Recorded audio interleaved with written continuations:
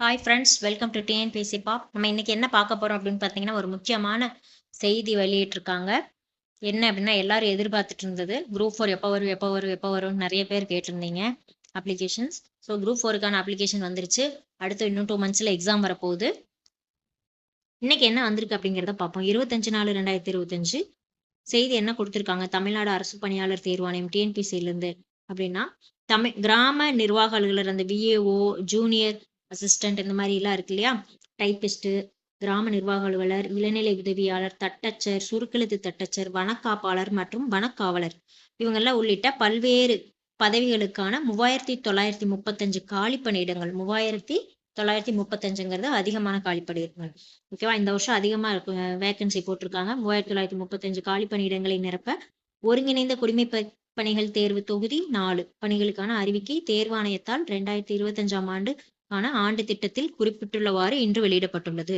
So 2025 annual பிளானர்ல இன்னைக்கு போட்டிருந்தாங்க. அதே மாதிரியே இன்னைக்கு வெளியிட்டுட்டாங்க.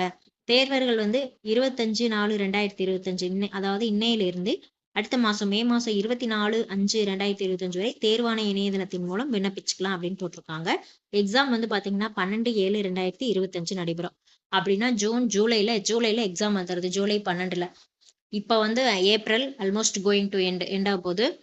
மே, ஜூன் இந்த 2 மந்த்ஸ் இருக்கு, 60 டேஸ் இருக்கு. ஜூலைல ஒரு 10 டேஸ் நீங்க வச்சா கூட 72 டேஸ் சாலிடா பாத்தீங்கன்னா 70 டேஸ் தான். அப்ப அந்த 70 டேஸ்ல அப்ராக்சிமேட்டா 70 டேஸ் 70 டேஸ்ல நீங்க படிச்சு எக்ஸாம் எழுதுற மாதிரி இருக்கும். ஸோ எக்ஸாம் ப்ரிப்பரேஷன் எவ்வளோ சீக்கிரம் அப்ளிகேஷன் போட முடியுமோ அப்ளிகேஷன் போட்டுட்டு எக்ஸாம் ப்ரிப்பரேஷனை ஸ்டார்ட் பண்ணிருங்க. நாளைக்குன்னு போஸ்ட்போன் பண்ணாதீங்க. இந்த 70 டேஸ்ங்கிறது டக்குன்னு போயிடும். 2018 முதல் 2025 வரை உள்ள 8 ஆண்டுகளில் முதல் முறையா தொடர்ச்சியா அடுத்தடுத்த ஆண்டுகளில் 2024-25 ஒருங்கிணைந்த குடிமைப் பணிகள் தேர்வு தொகுதி 4 பணிகளுக்கான அறிவிக்கை தேர்வாணையத்தால் வெளியிடப்பட்டுள்ளது.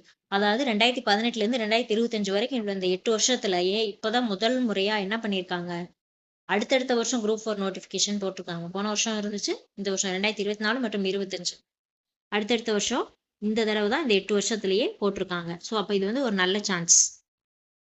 இந்த தடவை வேகன்சி அதிகமா இருக்கு, யூஸ் பண்ணிக்கோங்க. அடுத்து ஒருங்கிணைந்த குடிமைப் பணிகள் தேர்வு தொகுதி 4ல கிராம நிர்வாக அலுவலர், இளநிலை உதவியாளர், தட்டச்சர், சுருக்கெழுத்து தட்டச்சர் பதவிகள்ல, அதாவது இதுல வனக்காப்பாளர் மற்றும் வனக்காவலர் பதவிகள் நீங்களாக 2022ஆம் ஆண்டு அறிக்கையில் 3 நிதியாண்டுகளுக்கான காலி பணியிடங்களும், 2024ஆம் ஆண்டு அறிக்கையில 2 நிதியாண்டுகளுக்கான காலி பணியிடங்களும், மொத்தம் 5 நிதியாண்டுகளுக்கு 17,799 காலியிடங்கள் நிரப்பப்பட்டுள்ளது. அதாவது ஒரு நிதியாண்டிற்கு சராசரியாக 3,560 காலி பணியிடங்கள் நிரப்பியிருக்காங்க.